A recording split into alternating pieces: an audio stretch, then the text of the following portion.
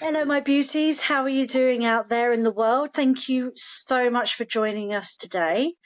Wherever you are, I hope that you are well and you're taking good care of yourself and everything's been lovely in your life.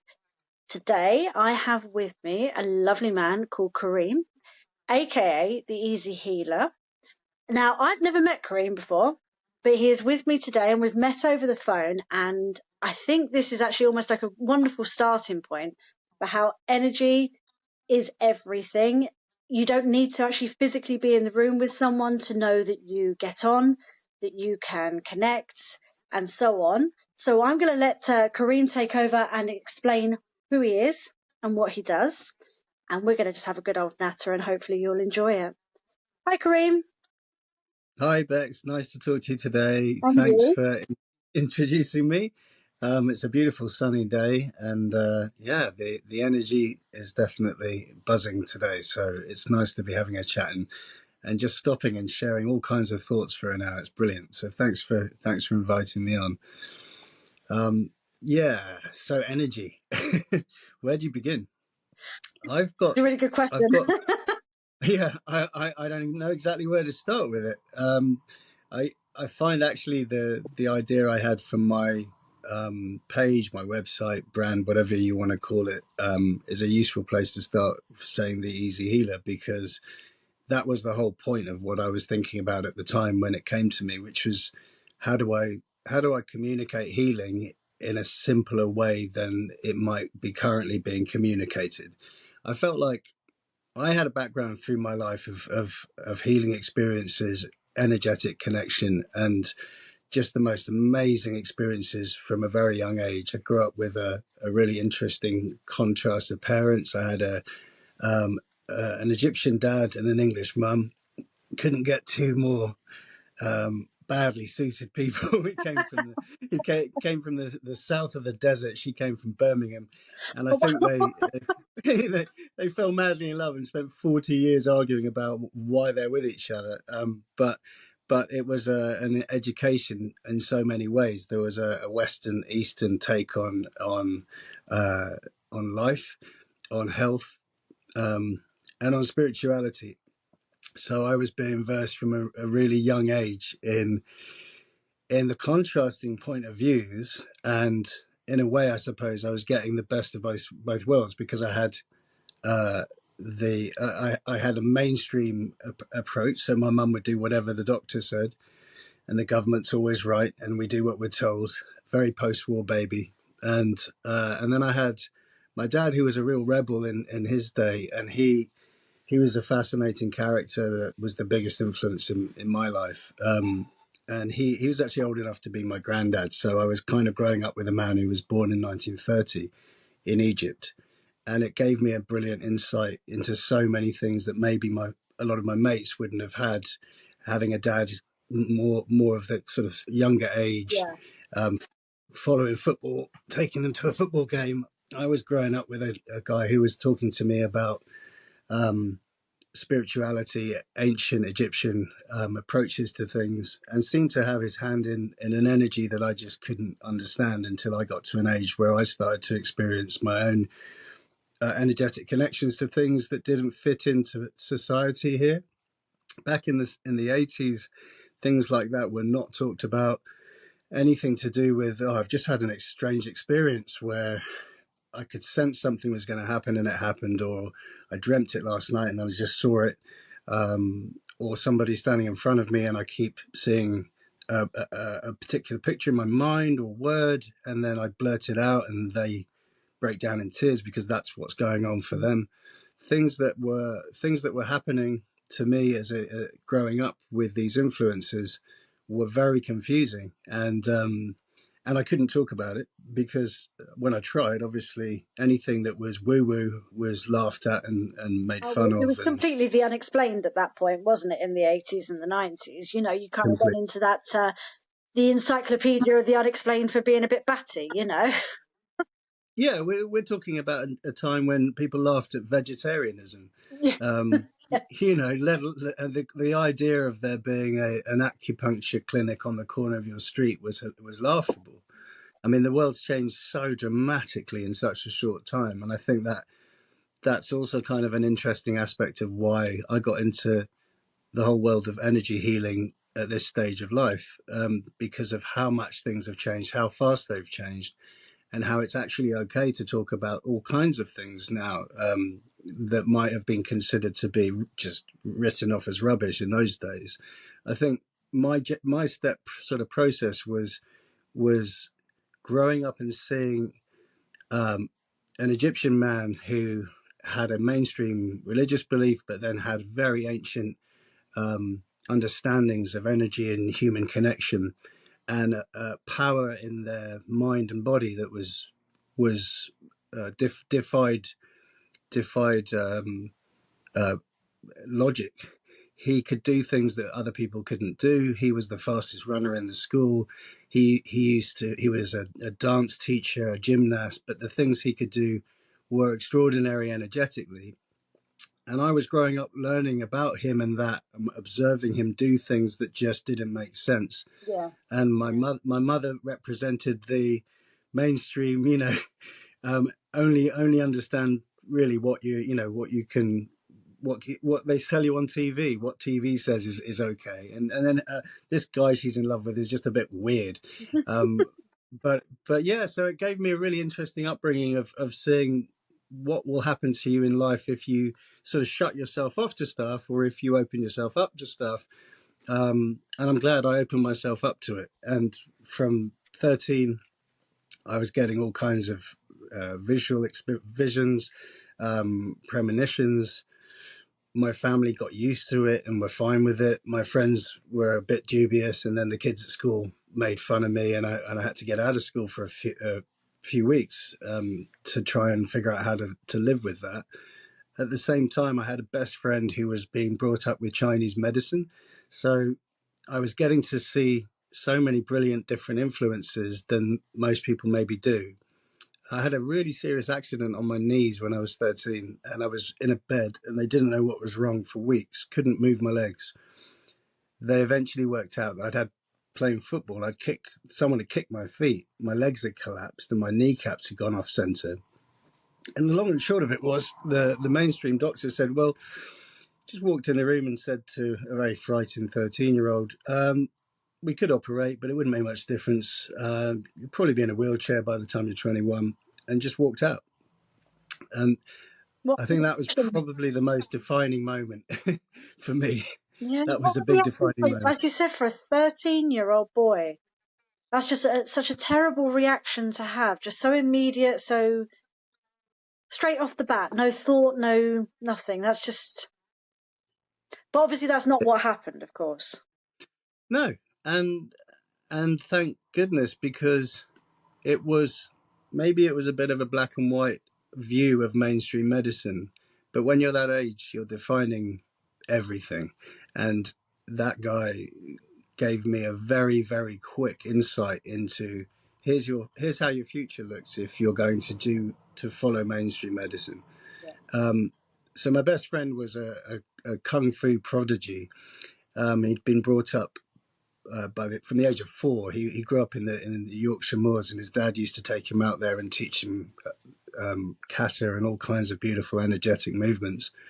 And he was a prodigy, and he was sitting by my bedside, and he said, I don't believe the guy, I don't agree with him. I think there's a lot of things you could do to strengthen the muscles in your legs, give the bones time to heal, recenter. There's Chinese medicine will sort you out, and I can also teach you martial arts. The idea of kicking when I couldn't move my legs, Yeah. there was nine painkillers with a nurse helping me to the toilet every day just to move me down the corridor. I was on crutches for months. I had a walking stick for almost a year. And all the time, my friend was teaching me martial arts. He was giving me all kinds of interesting insights into, drink this Chinese tea. And yeah, and the long and short of it was, I went back to the doctor with the crutches and threw them on his desk and walked out, because I was competing in karate tournaments, and I was converted. That was it. It was the experience of realizing that we can control our energy. And I think, life beyond there has been the kind of train wreck of life as it goes between your 20s, 30s, and 40s, where you're just trying to figure it all out. but the lessons of energy and understanding the body and what it's really capable of, and what your mind is capable of doing, and what nature is already giving you to fix whatever it is wrong with you. That's the stuff that really took over. And I think that's why I've kind of come to a point now where I thought, well, I could do this. I could share this information. I can learn all the time. Everything I'm always learning, I want to just keep sharing anyway. So I may as well.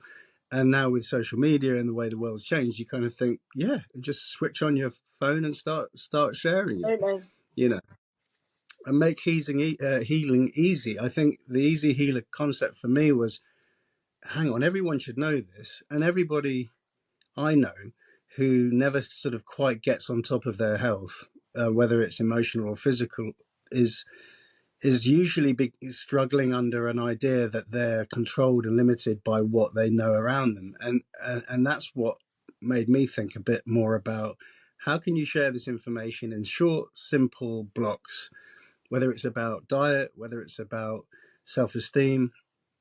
And that's where I'm sort of going with the easy healer concept. So I want to create this page, this website, this area where people can just get a little blast for a few seconds of garlic.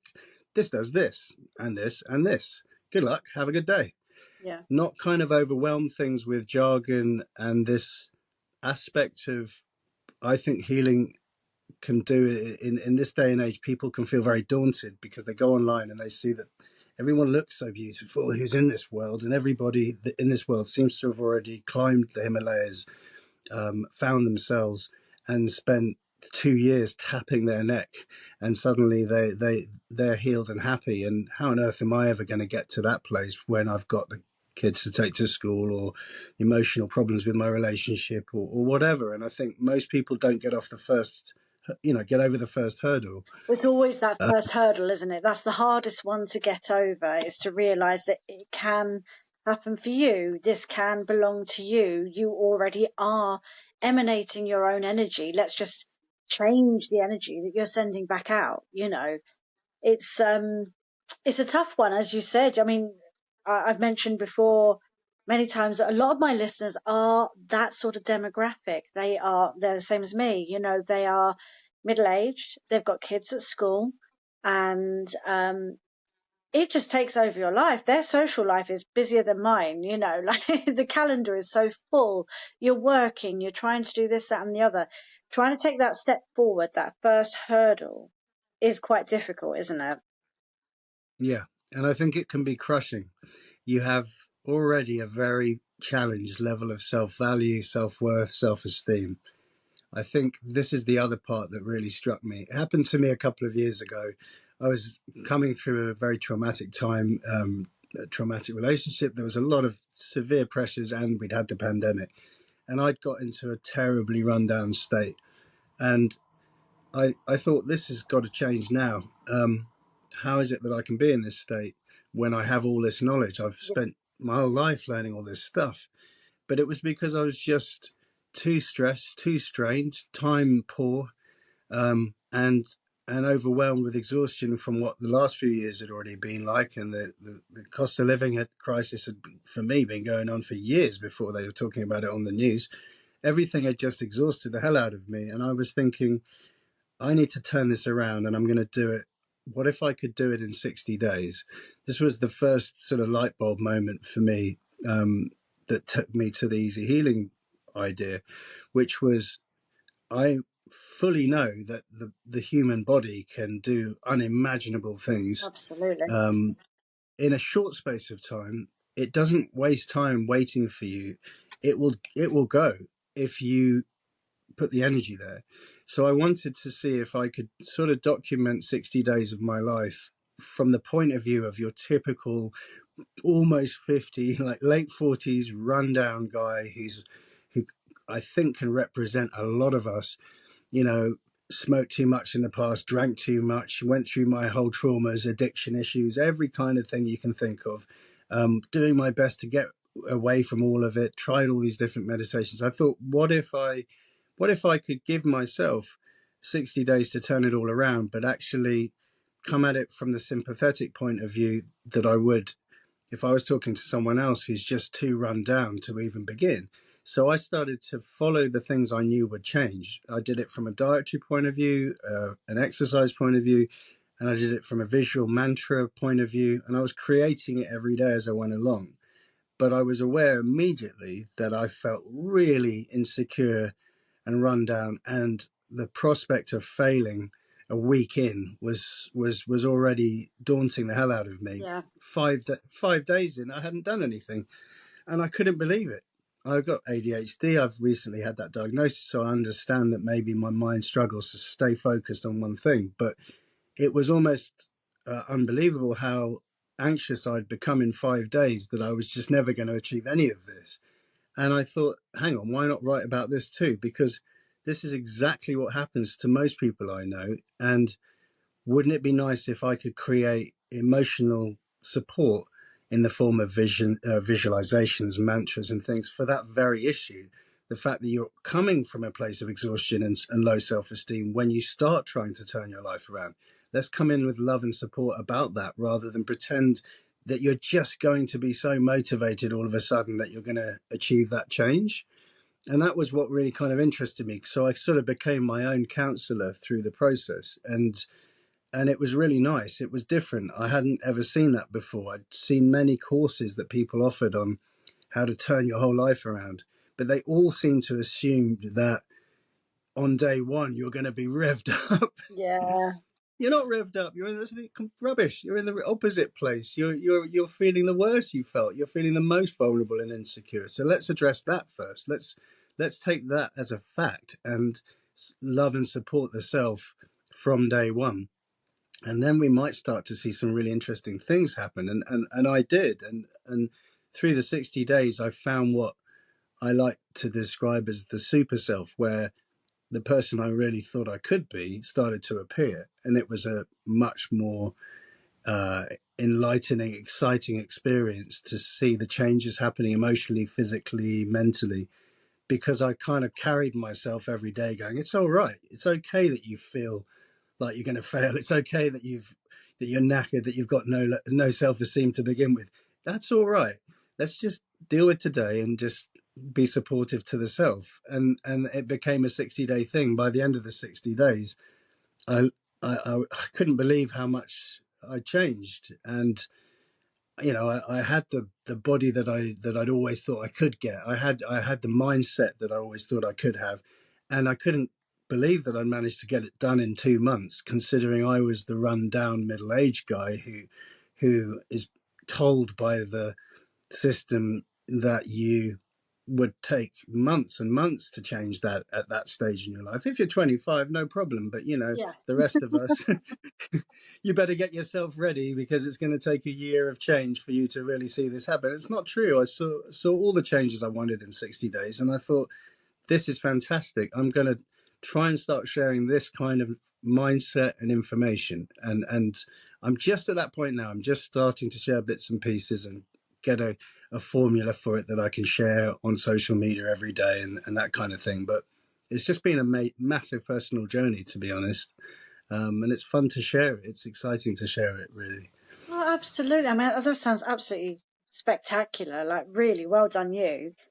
Um, I've always felt that once you sort of take out sort of like medical side of things, that from an energy, from a healing perspective, you can make the smallest of steps right now, and that will have a greater impact than anything else. So I love the fact that you kind of went in and then sort of nurtured yourself and took care of yourself at the beginning with such love and compassion for yourself. And you're right, you go into these things and you're not at your best. You are probably at your worst. You probably hit rock bottom. You probably need something so desperately, and suffering with things like imposter syndrome. You've probably got impatience and all sorts of things. Yeah, And you're quite absolutely. desperate. You need something. That you're absolutely right. And I love that. That just kind of like, you just, like a little baby bird, like you took care of yourself whilst, nourishing and healing on the way. That's absolutely fantastic. Well, And I how do thank you you. I think. maintain that? Sorry. How do you maintain it? Yeah, exactly. How do you maintain it? And that's the point. I think the reason I found it most interesting is because, I mean, just to say as a side point, because I think it kind of helps in a way. Um, I spent 20 years of my life as a market trader on the street markets in London. So it was the happiest time of my life. And it was being bang in the heart of the community of London. And the reason I bring that up is because it was a bit like a hairdresser in that you stand there every day and people come and they use you as a Couldn't find counselor. you. Yeah. Yeah.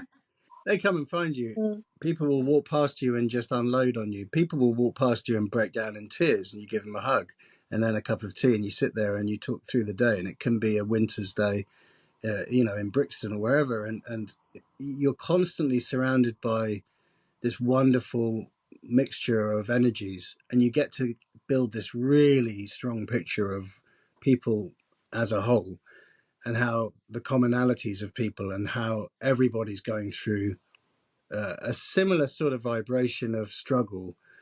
And when I was getting into this stuff, the energy healing and the energy work, it really struck me that um, I really understand what that guy in the street is thinking about and feeling. And the fact is even if he or she tries to make some deep personal change, nobody's going to press pause on their life traumas, Yeah. their life pressures, their relationship issues.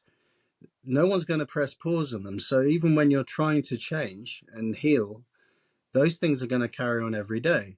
And I've found a lot of the stuff I found online, and generally when you sort of sign up to courses or go somewhere to try and learn how to heal yourself in some way, whether that's online or physically, you very often come up against this thing of well, these people around me seem to be a bit further down the road than me. The teacher seems to be, what I would dream I could be like, but I never will be because, I mean, look at them. And also, no one here really realizes I've got to go home and, let's say, care for a person who needs care, Yeah. or deal with a very passive aggressive relationship that I haven't got the confidence to get out of yet, or whatever it might be. And I think those are the aspects that I started to think about that need to be designed in to approaching healing now with people, so that it really takes into account the real everyday person, as opposed to the ones you see that has sort of somehow successfully got healthier, got stronger, Kind of got it got all figured spiritually. out somehow, and you're not too sure how. Yeah. Yeah, but maybe they were lucky. Maybe somebody, gave them a bit of money and gave them a holiday or something that gave them the step forward. But that's not going to happen for me or anyone I know. Anyway, I'll tell you what, let me just put this on the back burner, put on the TV, and try to be nice to myself that it's not my fault that I can't really heal. Yeah. And I think that's where you get this spiral of self depreciation, low self-worth, low self-value, and you start to compromise things in the way that you care about yourself, that you can justify because you say, well, what else am I going to do? I'm tired, I'm exhausted, and this is about surviving. I'm not in a privileged enough position to live. I can survive though, Yeah. and that means I need that drink or smoke, or I need to eat that stuff to make me feel better right now, even though it's not going to do me any good. But I've read the stuff about how I could be happier and healthier. I'm just too tired to get off the starting block emotionally, and none of these courses and none of these practices I'm coming across seem to take that into account. I think, of course, they all mean well, and all of them are things I'm interested in. Some of them I'm getting into, and every one of them says, "Hey, look, just 5 minutes a day. 5 minutes a day will do this." But I don't think it really addresses the emotional pressure that we're all under in 2024, and how just by telling yourself I'm going to work a 5 minute method into my day, and then I'll maintain this, and then I'll change, and then it'll be 10 minutes, and then before you know it, I'm meditating and I'm healing. I don't think it takes into account how challenging life is for people now, and how particularly even the Generation X, the sort of 40 somethings, have a whole other set of issues that they're trying to get their head around with the world and life that was one that they were promised back in the old days of you're going to have this, you're going to have that, and now the world's just gone and turned itself inside out, and they don't find any of the things that they expected to find at this stage in their life, but somehow they still have to do this important healing, or else they're going to be in big trouble in 5 years' time when if they don't address all of these different issues. Yeah. You know. No, I agree. I mean, you and I spoke about this before, and it was the most fascinating conversation that just kept kind of like resonating with me for weeks afterwards. It just kept coming back to me that our generation, that sort of Gen X, early millennials, we are something completely different. Like, we are different to anything that was before us and anything that will probably come after us as well. We've seen it all. We've been part of it all. We didn't have the internet, social media, and so on. Now we have it in droves, so much that it's driving us absolutely balmy. It's too much. It's overwhelming. It's overloading. But as we discussed, we seem to be like the biggest generation to have ever had the most awakenings of people that are just trying to tap into everything from their energy, their healing, their spirituality, their higher consciousness. Maybe they're trying to tap into their sixth sense, their clairvoyance. They're trying to find their awakening in a world which I think is just feeling so heavy. Yeah. But that just fascinates me. Like, my God, can you imagine, like, just all of us just rising in the light? Like, you can just imagine it now, can't you? That we are trying to undo all of this emotional trauma, this parental trauma, all of this ancestral trauma. We're the generation that are trying to undo everything that was kind of done Yeah. prior. It's just Yeah. I think, amazing. but it seems to be the most likely generation of all time to turn the tide. Yeah, In my view, just the energy of the planet. You've got this situation where everything that we were taught was real is collapsing all around us, and you've got that from one end of the spectrum to the other. Whether it's believing that governments actually are looking after the country, facilities in the country are actually there to benefit us in some way, or and actually discovering that it's all about profit and loss, and you're not being supported or looked after, or right across from the other side of things where science and quantum physics is starting to prove what was originally believed to be spiritual, guesswork. And it turns out that you fire energy through this particular thing, and you see it do this, and yeah. it turns out that if you turn your attention away from it, it stops moving, and you look at it and it starts moving. What we're somehow our attention on energetic material seems to change the movement of the material.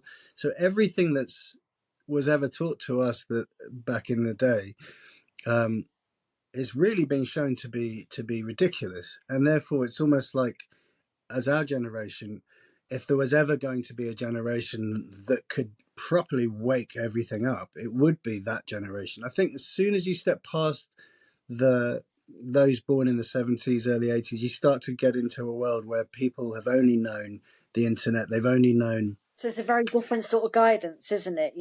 Very different. There's something else that came to me the other day about our generation, our era, is our belief system, what was drummed into us to believe what our social construct for life is, to give everything to work, to a 9 to 5, to an entity, to enjoy only a small portion of your life at the end, which, you're lucky if you survive that far, and you're also lucky if you get to enjoy it at all, because obviously your body is deteriorating. Yeah. And that's all that life is. And again, our generation's kind of going, whoa, that's not good enough. I actually don't accept that. And I believe Yeah. that I deserve more. My family deserves more. We work hard.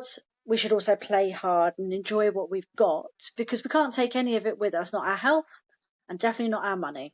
And Yeah. that kind of awakening is sort of shaking the foundation a little bit as well.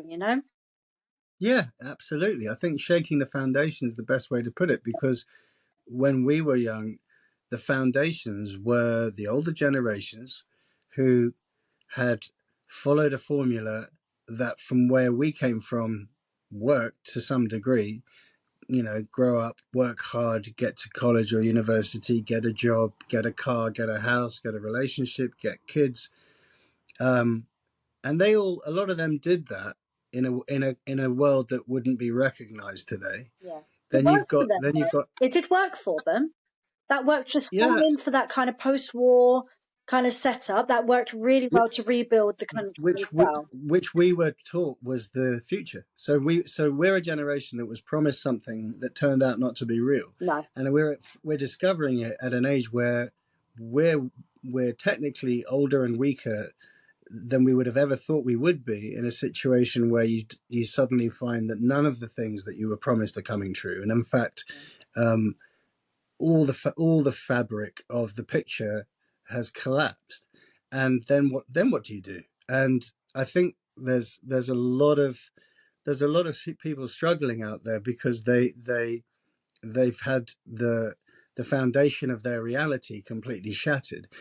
I think if you shatter the foundation of a reality of a 25-year-old, they'll go down to the pub and have a drink, and and maybe have another drink, and then they'll go out with their friends, and they'll have a good night, and then the next day they'll feel rough, but they'll think, well, I'm going to reinvent myself today. Yeah. But I think It's a new start, right? when you do it to someone who's 48, 49, 50, 51, you're in a very different world, because Yeah.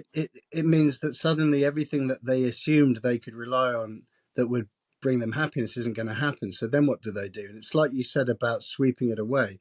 It it means that we're a generation that has to look beyond what we were promised to something bigger than that.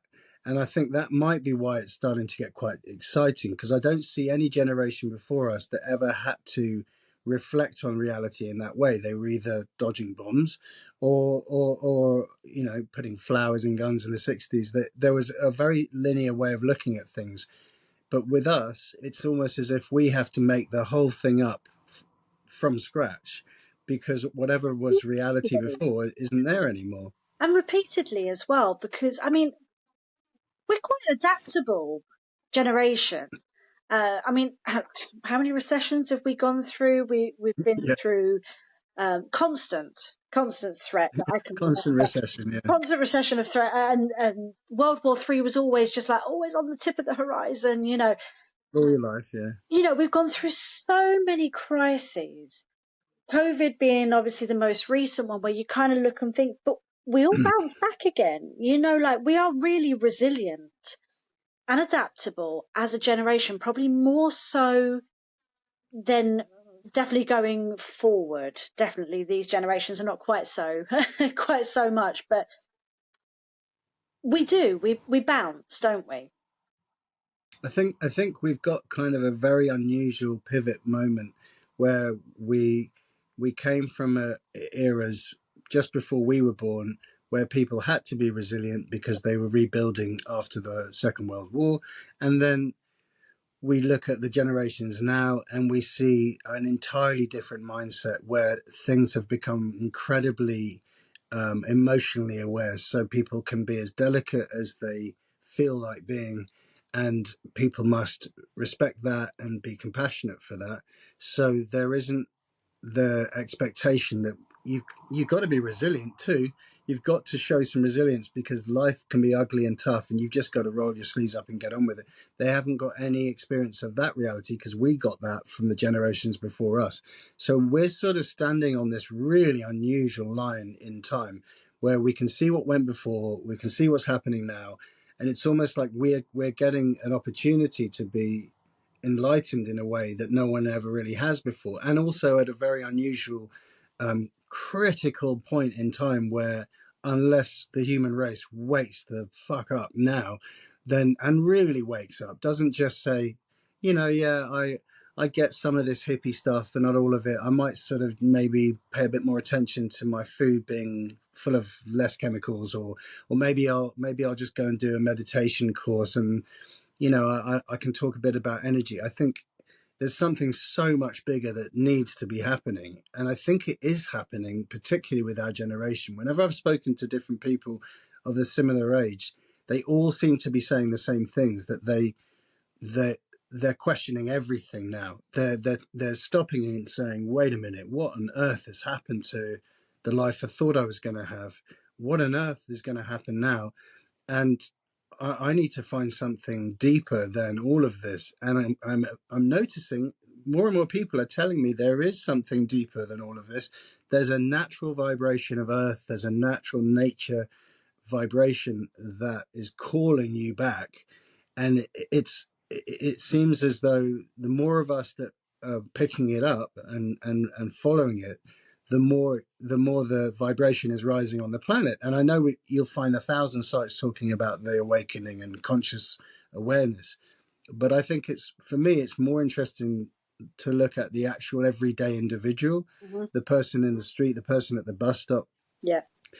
because it's that energy of the everyday person that is really going to change the world. If a bunch of us are online talking about energy healing, the universe, hey, did you know that, there could be life on other planets and all kinds of really great, cool out there stuff, and then another 80% of people are just watching X Factor and just dreaming about having one holiday in the whole year and feeling this deep anxiety, but getting rid of it because for an hour they can tune out and watch Britain's Got Talent, like not actually engaging with what is going on, and not reaching for their natural call for their energy to be returned, to plug into the earth and expand in a way they could never dream of. Then we've got a problem Yeah. because we need to Needs we to need be to done. get that out to more and more people, and those people are actually getting desperate now and saying, I did what I was told and it didn't work. Actually, I'm sicker than before. I'm not. I don't, like you said, think I can live my whole life in the hope that at the end of it I might get a break. Yeah. It's not enough. I need to do something else. What else can I do? And I think that's the unknown moment and time that we could really transform if we keep following these conversations, keep sharing information with each other, whether it's a dietary thing, whether it's a mantra, whether it's a brilliant talk you just heard from someone that sparked something, that changed something in your mind. It's all about us just sharing this and keeping this motor of energy flowing between us, so that it just keeps propelling further and further outwards, reaching more and more and more people, until it becomes the mainstream in some way of thinking that we can change. We do have power to change ourselves completely. We don't have to conform to this enslaved existence at all, and we can start doing it just by eating the right stuff and putting our bare feet on the grass each day. It's that's the sorry for the rant, but that's the easy healing thing that I had in my mind. All of these things aren't difficult; they're all natural. The difficulty is breaking out of the mindset that you got conditioned to believe in, to Definitely. come back to where you already came from in the first place. Mhm. you know Completely. And you're right. It's something I talk about a lot on all my podcasts. Is it doesn't have to be difficult, and it doesn't have to be complicated. It doesn't have to feel like you're forcing it into your life. It should feel natural, like you want to do it. And more importantly, it doesn't have to be expensive. Don't get me wrong. If you want to pay for courses and learn more, of course that's an expense, but it's a choice. You can also learn for free very easily. Online, there's a wealth of knowledge from people. It's how I certainly began, was just reading anything I can get my hands on. And I say quite often to my audience that it's it's that simple. Just start to bring it in one little bit at a time. It should feel easy. It should either slip into your day, or you can find a way to make time for it to come into your day. It shouldn't be something that you're trying to ram in there. It's got to be something that feels good for you. Likewise, if it doesn't feel good, if it doesn't feel right, and it feels like it's work, hard work, it's not for you. See, I yeah. suck at meditating. I really am so crap at it. Guided Me too. meditation, love it. Someone's telling me what to do. Normal meditation, I Yeah. suck at it. So I stop bothering to force myself into it. I will be guided, and I get the benefit. I'll just switch it round. It doesn't have to be gratitude journals every moment of the day if that doesn't work for you, and so on. And I Yeah, absolutely love the concept that it should be simple. We're not just energy. We are resonant people. We resonate energy. We also resonate light and love as well. Generally speaking, not everyone does resonate that, but yeah, that is what we give off into the world, generally speaking. And as you said, you need more people doing that. The more we resonate that outwards, and you've got that ripple effect and that knock on effect. I'm stood next to you, you're next to me, it's resonating against each other, and it's just bounding outwards even further, reaching yeah. more and more and more people. I can't think of anything more beautiful, to be honest. No, and I think you're right, and it's a really wonderful continuation of the free love generation. It feels as though, okay, if we take from that there was a point in time where quite a lot of people could see that love was the answer and that we have to embody this now, because if we don't, the world will just keep on fighting.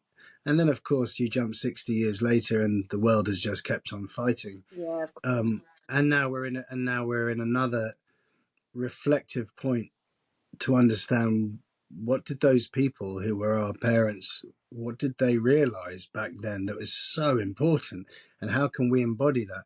Well, we can embody that with the added advantage now of understanding a lot more than they did, such as, because of technology, we're able to take it seriously that we're an energy field. We're able to take it seriously that energy fields affect each other. There isn't any more dependency on, well, that's just a spiritual point of view, but I'm a scientist, I'm not interested in listening, I follow mainstream thinking, I'm closed off. Now it's all about, no, no, no, we get it. We are energy fields. We affect each other's energy. It means that if you take the understanding of love is the answer, from that point of view, then you start to understand that what you're vibrating is actually affecting the planet. And therefore, because it's affecting the person you walk past, the person you talk to, the person you're close to, intimate with, your friends, your work colleagues, when you start to become conscious that you're a vibration, you can kind of, I mean, it would have been amazing if John Lennon had known this, because it's almost like communicating to people, well, you can vibrate this out. I mean, they did it through the form of music and sound. And that's, funnily enough, what we're coming back to now, that we are a vibration, that every different tonality of our vibe affects what's going on around us, which should mean then, if there's 7 billion of us, if you can get enough people vibrating higher and higher and higher, Exactly. you're going to create a wave effect around the world. And if you can do that, then you're going to trigger conscious awareness. There was this wonderful 100 monkeys study I remember doing in psychology A level. I had a real hippie teacher. She was into all this stuff, and it was this whole study about monkeys being taught a practice that monkeys don't naturally know in a part of the jungle. And then when they taught a certain number of these monkeys, they started to get reports of monkeys on the other side of the jungle doing the same thing. And The ripple they, effect works. yeah, they realized that we're in some way connected in a way that's beyond the physical form. Yeah, And as a creature, when you understand a vibration, your consciousness goes up a notch. As a species, the species at large just goes up.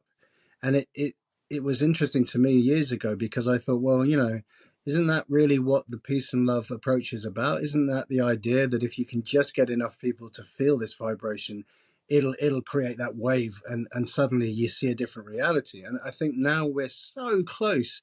It doesn't seem it. The world seems more messed up than ever, but there's more people than there's ever been before, thanks to social media and the way we can share, talking about it, trying to understand it, sharing what they found out about it, yeah, getting ecstatic because of it.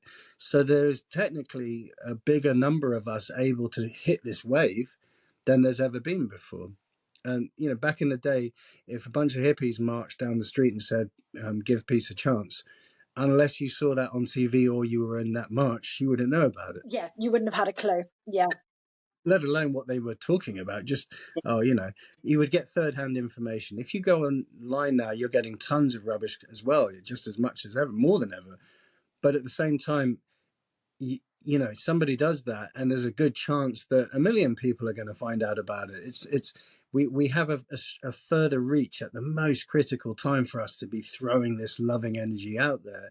And I think if you care about this and you believe in this and this feels right, if you're listening to this right now and it resonates with you and you think, yeah, this feels like hope, I'm feeling a bit of hope here, then grab onto that, keep listening to this stuff, keep exploring it, because your instincts, your energy itself is matching a vibration. And if the vibe is dark or negative, you'll know, because you'll be feeling crap. Maybe you've tuned out. I'm just boring. I'm too boring to listen to.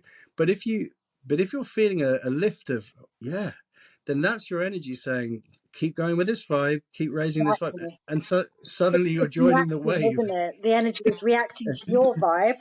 And, you know, literally everyone's vibing off of everyone. And Exactly. I love that.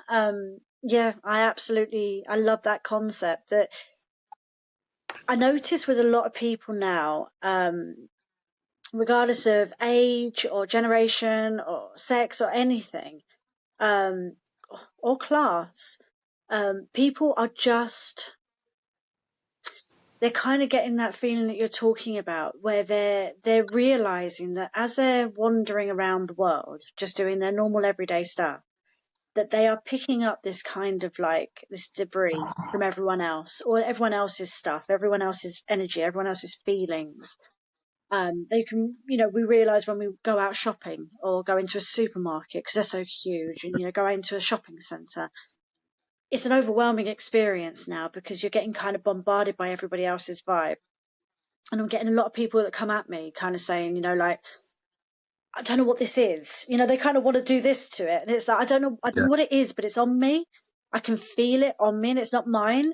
And you kind of say to them, it's your energy. Your auric field has picked up all that energy and you need to protect your energy. And I'm finding that a lot of people are just, they're sort of like honing in on that feeling. I don't know if that means that that vibe is getting bigger or if it's just being heard more. I'm not too sure which one it is, but they're Yeah. noticing more. They really are. And I think it might be the bombardment of the world. It's just so much what we deal with, isn't it? On a daily basis. It's so Yeah. much. Like so much. Some days, even spiritual, holistic, doesn't matter what you are. It's hard for everyone too, isn't it? You know, you can be Yeah. clairvoyant, you can be anything. You're not going to magically solve everything just because. Likewise, being holistic and spiritual and having this journey and this healing and everything that you've done for yourself as well, it doesn't erase the fact that we, as you said, have to go through our life. We always get hit by the shit. Stuff is going to happen. People are going to pass away. You know, life will continue to roll. It's about how we take that on, how we cope with that from here on out. It's about us and how we deal with everything and our feelings and our emotions. And I am noticing that people,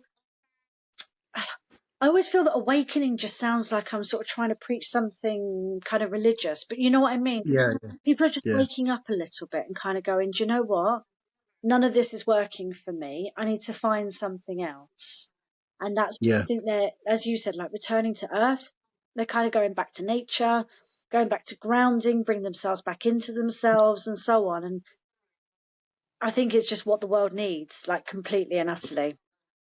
Well, I like to look at it from a I use lots of visuals to help me, and sometimes also I find it really helps clients. Not so much trying to help someone to meditate, but more just to hone in on visions that are simpler to understand.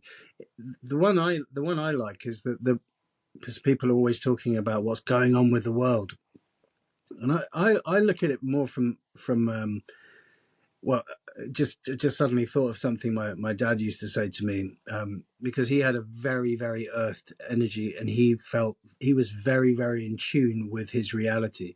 He loved life. He took a huge bite out of life every day, and he was very good at being in the conscious presence of isn't life energy fantastic? He didn't have any fear of death. He wasn't. He didn't. He was literally like a ball of energy that burst into this reality and then burst out again. And and That's I used to, lovely. yeah, oh, it was amazing. I'll do a whole show on stuff he taught me, some really incredible stuff. But he used to say to me when I was saying, when I was kind of a bit of an activist and a student, the world's kind of come to an end. They were destroying everything, and he used to say to me, look, the earth is alive. It's a living organ. It's a beautiful, bursting with life, um, living energy, and we're just fleas. Like we're literally fleas. Yeah, We literally have to understand. inhabitants. Yeah. Yeah, if this beautiful earth in any way, shape, or form feels that it's under any real threat, bear in mind it's been here millions of years, and we've been here for a split second. Um, it will literally, with a storm, just Yeah. and we're gone. We're gone. And when you're getting yourself into a state of anxiety about what are we going to do, how's it going to be? Oh my goodness, the is the planet warming up? Is it freezing? Who do I believe? They seem to be telling me that there's climate change, but they also seem to be people who have companies that will make a lot of money if I believe that.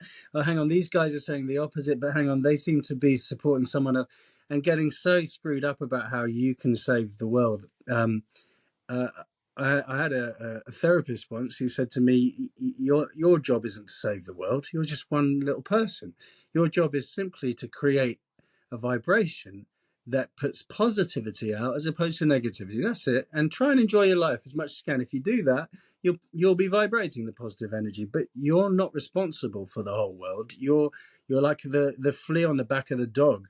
It's like this line from Crocodile Dundee where they say to him, what's your opinion on the Aborigine situation? And he says, it's like two fleas arguing over who owns the dog. Um, we lose perspective of who we are on this planet. And the planet is so much more extraordinary and beautiful and grand than anything that we could comprehend. And it absolutely will be long after we're not here. And it was long before we came along. And I think when you start to feel that sense of your position in the big scheme of things, and that it's a magical position you're in, just the same as the bird you saw this morning that you just had to stop and look at because it was so beautiful how that bird could be in the present moment. And it was a lesson for you to just observe it and see it take off and fly and think, wow, to be in present moment all the time. What a beautiful bird. That's you. You just got pumped full of fear. And they didn't pump the bird full of fear. No, They the didn't. fear factor is a real thing, right? Like we are just pumped full of fear and and anxiety and and and panic. and we're being pumped, and it's keeping going. They keep adding more. Yeah. It makes really good money for business. It It's also it's keeps us it's quiet, right? It keeps us staying put. It keeps us doing what they want us to. It keeps you not so much keeps you rigid. docile, but Yeah, it's perfect. If you want to make as much money as you can, my dad used to say to me, if you ever wonder what's going on, just follow the money. yeah, And yeah. and I think and so it's like if you see the planet and you see an exhausted species that doesn't know which way to turn, chances are there's a machine running that's making as much as it can out of that species. And I think when you see the freedom of nature and it's there in front of us every second, giving us the lessons that we need to understand of living in the now, no creature on the planet is worrying about what they're going to do if, or how the planet's going to change, or um, how to make sure they're safe in the future. They're just in the now, and they know that nature is going to be ruthless and it's going to kill them in a split second, but they're not going to be afraid of it. They're in the now. They came here in the now. They're going out in the now. And I think our, particularly our generation, but people now on this planet have that moment of opportunity to consciously awake in an incredible way, because like you said, that person at the bus stop is saying, I'm tired, I'm exhausted. And do you know what? Everything I thought that was going to take care of me hasn't. It hasn't. My salary isn't enough. No, I could never buy a house now. I'm no. I I'm losing my life whilst realizing what I was told was real wasn't real, and I'm running out of time, and I don't want this to have been for nothing. And I think that's actually the most exciting moment in human history. And when they've ramped up the fear to as high as they can, that you can't think anymore, in a weird way, you can flip that on your head and say, great, if I can't think anymore, then there's nothing left for me to do but feel. Yeah, yeah. I don't need And to think if I anymore. feel, then I'm Listen. going to really wake up. Yeah, yeah, completely. It's yeah, it's uh, it's a lot, and It's exciting, right? it's an amazing moment when you kind of put that foot down and go, do you know what? Enough is enough. Enough. I'm sick and tired of feeling like this, whatever that this is for you personally. For me, it was anxiety and fear of the future, like a deep, deep, deep, deep fear right now that I couldn't breathe about what the future would hold. And you just all of a sudden go, oh my God, I'm missing so much right now. I am missing what is happening now. I am missing what is Mm, going on with my children right now because I am freaking out because someone has put it in my mind that I should about the future. And that control of taking that back and just putting your foot down and kind of going, hold on a sec. There is more than this. And the mm. present moment is an amazing place to start, is it not? You know, like that just, if you can stop looking forward or looking backward and just stand and be still here in this present moment, I think that's an amazing place to begin with because it just changes your outlook and your perspective immediately. It's like almost instant. As you said, Yeah, looking at animals, looking at nature, you just realize that we are literally the only beings that are doing this, this fear mongering, yeah, the yeah. scared dance of life. You know, everything else is just But continuing its flow that it knows that nature will provide, nature will give, nature will take away again. End story. And there's and the only us, th- and you know. you just made me think. You've just made me think right there. What's the difference between the whole rest of nature and the human being? And it's that one single factor, that the entire rest of nature is not being conditioned with fear.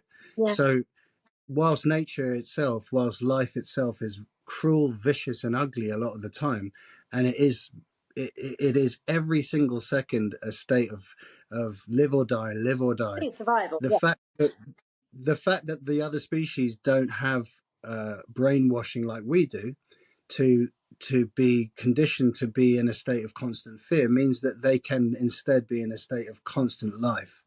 And all we're doing is reaching for that because we know instinctively that that's actually, we can feel it. It doesn't even, you don't even need to have the comprehension of it. You can feel that something innate tells you that you should be able to exist in a state of bliss because something inside tells you, I'm being conditioned by fear. I'm being conditioned by fear. And before we get to the end of this chat, the one thing I would love to say to anybody who's listening is it's okay. Don't be hard on yourself for being afraid because you've been bombarded with fear every minute of the day. So it seems a bit ironic, but all you've got to stop doing now, take a deep breath and decide that you're no longer going to be afraid of fear, you know? And I think it's sort of, it seems so obvious to me how vulnerable and raw human beings are now and how desperately they're reaching out for love and connection with each other. And that's the best thing that could be happening in so many ways because when they do and we reach out like you and I do and you connect, good happens, positivity happens, growth happens, fearlessness begins. So it's just about saying, okay, just forgive yourself for being afraid. Um, yeah. Someone did understand that to understand yourself. Someone did that to you you. You know, that wasn't you that yeah, did it. and they're still doing it now. Yeah, They're doing it as soon as yeah. you come off this and flick on the telly in the The middle of the media, the day and you see, news, the radio, you name it. It's yeah, coming at us from every angle. and you've got all these adverts in between the gambling game shows that tell you how you can And be cremated quickly and easily, how you can sign up to a care home right now. They're doing everything following it. possible to make money out of you being afraid. And I Yeah, think they're that just, that's the big one. Just recognize it's not your fault that you're scared. A lot of money is going into scaring the hell out of you. But the good news is is that there's a deeper, innate, natural state you can get in touch with. And there's all this wonderful information about how that will remove the fear and start to bring you into a conscious living process. And then all of a sudden, things are going to look a lot more like that bird taking off and flying around the sky in the sunshine, and a lot less like a doomsday scenario every time you get up and look at what your life appears to be now, you know? And it's not as if it stops everything. Like, I can speak from my experience, I don't know about others, but it's not like it stops. I still have very fearful days where all of a sudden it comes back in like a wave, and it's usually when I'm tired or I'm Oh, run down, or maybe a bit of life has knocked you about a bit, you know, and you're just on a low, and it kind of comes back and it's just like and it keeps me awake.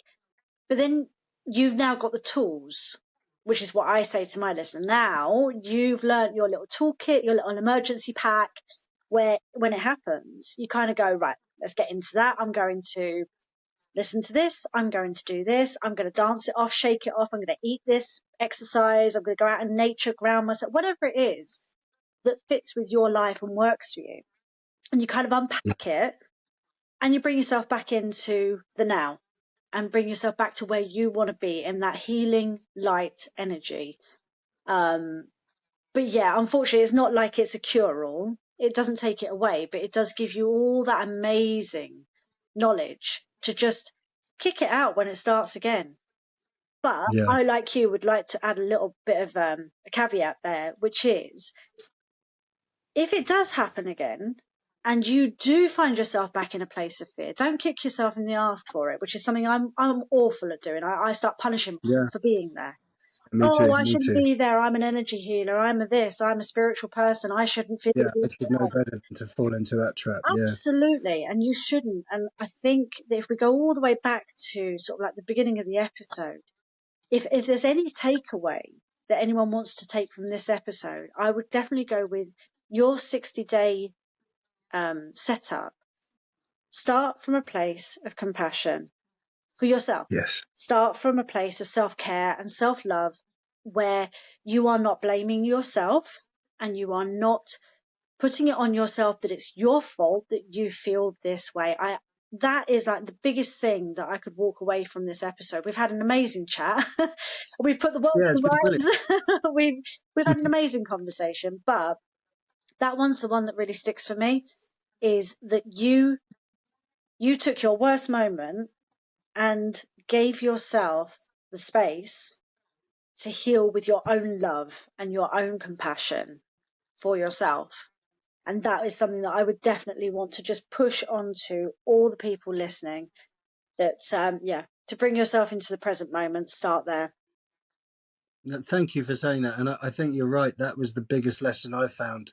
And just to add one last bit to that, I would say that it's okay that you might find yourself, as I did, in a place on day one of that decision. I need to sort this out. I need to change. I need to heal. I need to escape this trap.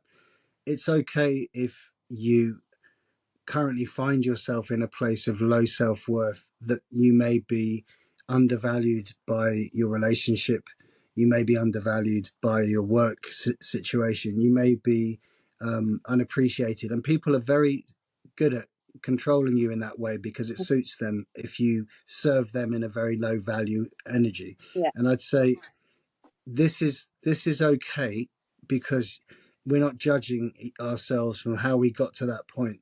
But what we can understand now is that by one step at a time, being compassionate with how tired you are, how stressed you are, how traumatic your life might be right now, you start to one step up to a new awareness of self-worth, which becomes a new awareness of self-value, which then becomes a new awareness of self-love. And when you've got that happening, then you start to see your dream self, whether it's the body you want or the mind you want or the relationship you want. You start to see that dream self appearing, and it'll blow your mind because you thought that that was way out of your reach. But actually, it'll only get to your present state when you start with the compassion for your own vulnerability, that then tips the balance gradually towards a change in your self-value, self-worth, and then your self-love. that's what I want to add to that. Yeah, Really. which is it's wonderful. We talk a lot on the podcast with guests as well as just me, that it's a constant learning journey. There is no end goal to this. You don't learn Yeah. all, you don't get it all figured out.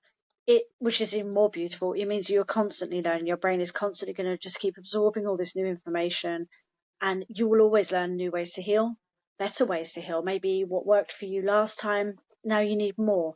You're always going to meet wonderful new people that will teach you or guide you or show you something. And that journey never ends. And I think I've never felt more hopeful about my future than knowing that like my journey is just going to keep going. Like I will forever I'll be 80 and still learning new stuff. Hopefully, because it would be boring if you weren't. It's kind of Exactly. exciting stuff, isn't it? Imagine Exactly. what we'll have found out in another 5 years. Yeah, Amazing. absolutely. I mean, the amount that I have learnt in the last 3-4 years, we kind of like my brain is literally exploding, and you sort of go, but it's amazing. It feels alive. Like I feel alive. I feel very present. I feel very connected. I love it. Absolutely love it. And it forever goes on like that. And we just keep evolving and we just keep learning. And that's all we're here to do. With a bit of conscious kindness to yourself, that's where it all kicks off. Be kind to yourself. It changes everything. Do it consciously, one day after the other. Be kind.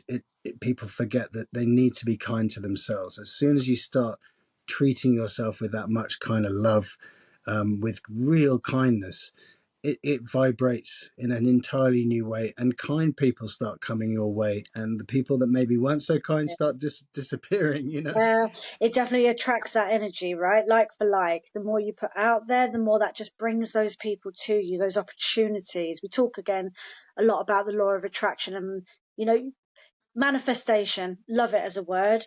It sounds like it's magic.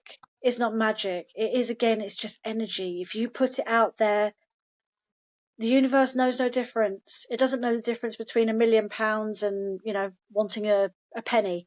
It's got no Yeah. clue whatsoever. If you put out there that you want good people to connect with you, you want people on your podcast, you want whatever it is, just put it out there to the universe. And it just reflects that energy back onto you because of what you are emitting. And Yeah, just it's pure fabulous stuff. intention. Pure intention. Yep. Pure intention for your self-love. Pure intention for your self-love. Yeah.